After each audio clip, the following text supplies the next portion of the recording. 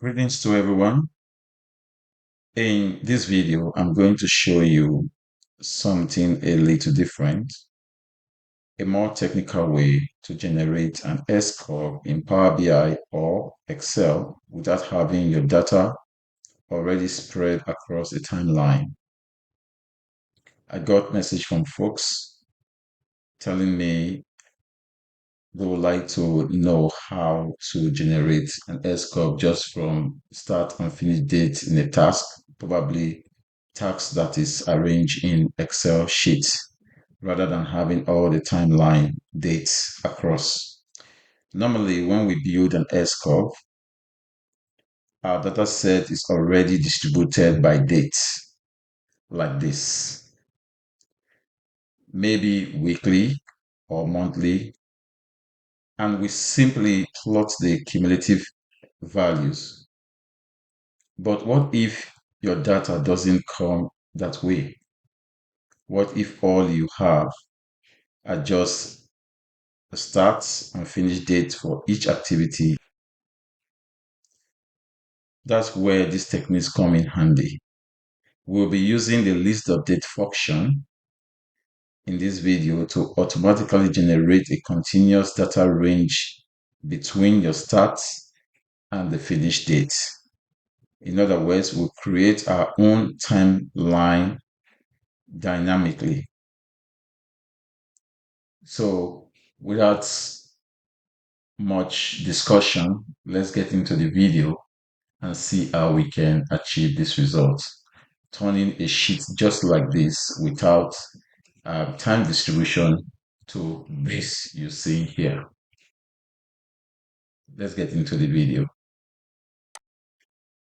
So the first thing I'm going to do, I will just go to my data and I will take this table I have here to Power Query. Now I'm in Power Query. We have the source and the change type step applied to the date. I'm going to add column because the first thing I'll be doing here is to generate the list of date from the start to the finish here. So I will have it called all dates. And here I'll use a function called list.date.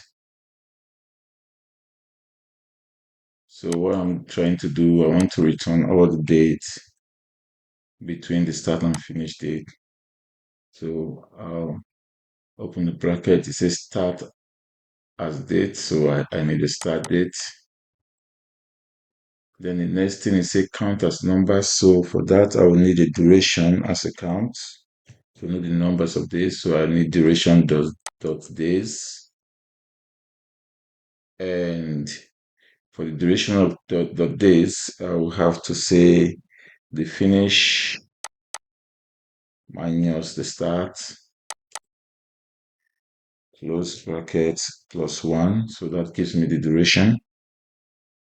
Then it says step as duration. For the step as duration, I'm going to use the word here, hashtag. Where's my hashtag? Then I will say duration.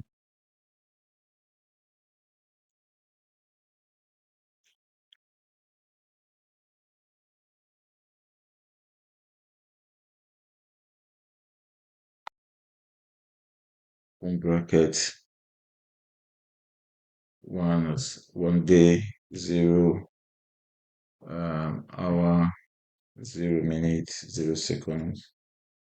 So I close out the black bracket here and I will commit to this. And if you look at here, I will have all the dates between this and this. So, and so each day is now represented here. So what I'll do next, I'll bring another column here because I want to know the count, how many days here. If you count this 1, 2, 3, 4, 5, 6, 7, 8, 9, 10. So I want to count it. I want that count to be here.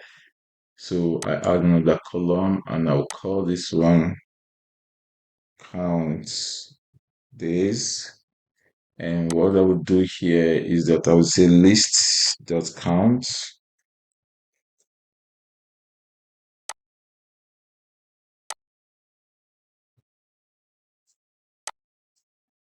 Open brackets, and what does it want to count? We want to count the date in this list here, which is all date. Close brackets, and we say okay. So what we now have the list, the numbers of days from the start to the finish. So we want these days to be spread all across the activity. So if I expand this, then we have all the days expanded in the column here. So that means each row is now 10 row. Like the first row was this is the activity. Now it is now 10 if you count it. So because this is 10. So that what that means is that we're going to divide this and have a linear distribution across this 10 activity, same activity, but 10 days. So this is 10 here. So we're going to divide this and this. So we're going to get another column here, and we'll say now we'll say daily um, daily budget. Okay, budgeted units. I just put it together here, and I will say budgeted units here divided by the count of days. And now we have this. So this means the 180 here will be divided by 10 to give me 18. So it's spread all across those activities, 18 budgeted units. So now we have this done. What we're going to do now is just change the type of this day to date, and change this to just number. And we close and load into the Excel workbook. So close and load. Now we have our table here.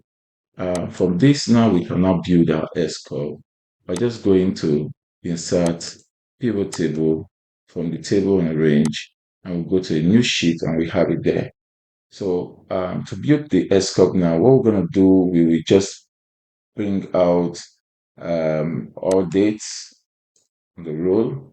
I don't want to see the year, I don't want the quarter, I don't want the month, I just want the day. And I'll have my daily budgeted units on the summation part of the pen. And also I'll have it twice there because I want the periodic and the cumulative. So I'll click on this, rename this to cumulative budget.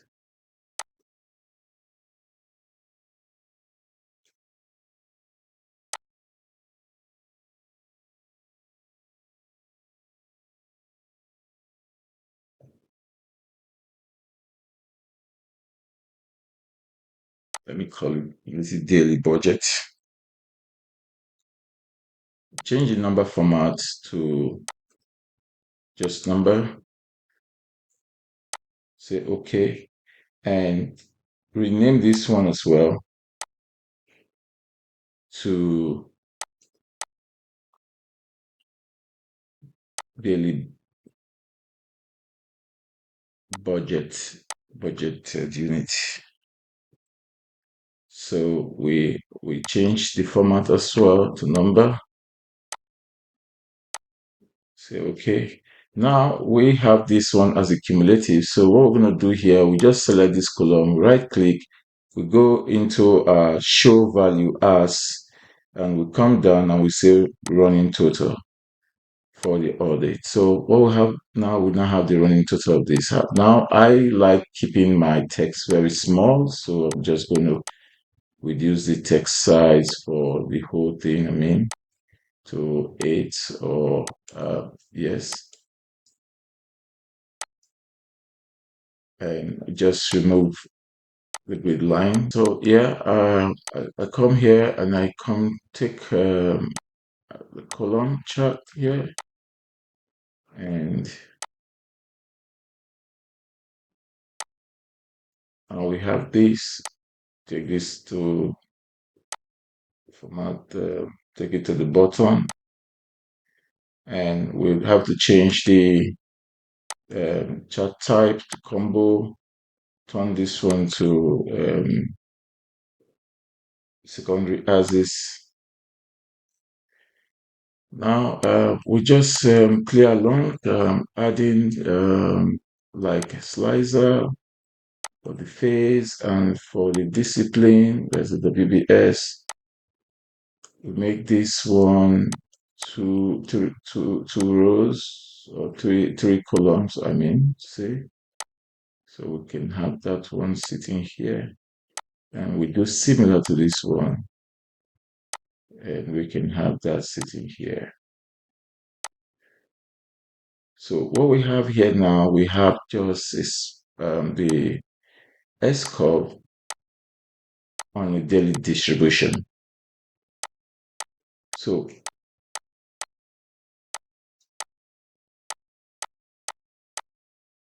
this is quite easily done. So what we have is, for each day we have the budget unit. However, we do understand that um, there are days that is supposed to be considered as weekend, and maybe there are days that will be like holidays if you are going to consider that.